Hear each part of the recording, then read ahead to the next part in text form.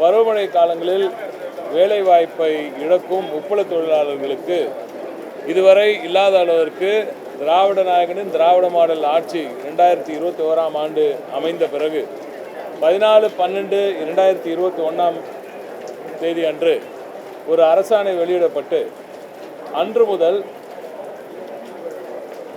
உடலுறுப்பு தொழிலாளர்கள் சமூக பாதுகாப்பு மற்றும் நல வாரியம் மூலம் 2021-22 நிதியாண்டு முதல் உப்பள தொழிலாளர்களுக்கு ஆண்டுதோறும் ரூபாய் 5000 வீதம் நிவாரண நிதி வழங்கப்பட்டு வருகிறது.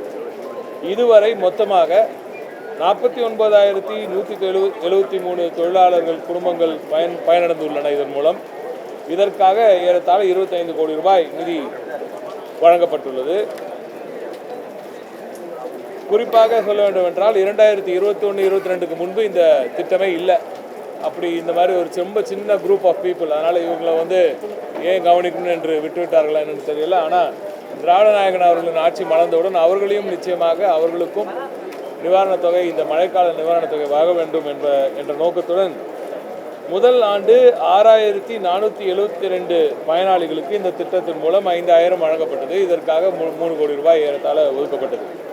சென்ற ஆண்டு அந்த எண்ணிக்கை 11,329 இருந்தது. ஏறத்தாழ 5,500 கோடி ரூபாய் நிதி ஒதுக்கப்பட்டது.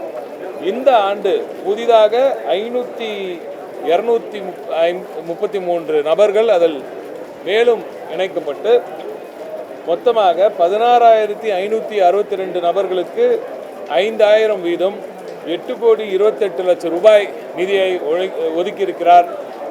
வழங்கியிருக்கிறார் மாண்புமிகு திராவிட நாயகன் தமிழ்நாடு முதலமைச்சர் அவர்கள். இதில் இதுவரை இல்லாத அளவிற்கு டிஎன்எஸ்சி தமிழ்நாடு உப்பு நிறுவனத்தின் என்எம்ஆர் நான் மஸ்டர் ரோலில் இருக்கும் ஏறத்தாழ ஒரு 600 நபர்கள் அவர்களும் இதில் அவங்க இஎஸ் எல்லாம் வாங்கிட்டு இருந்தாங்க. அதனால் அவங்களுக்கு இந்த இணைப்பு செய்யாமல் இருந்தது.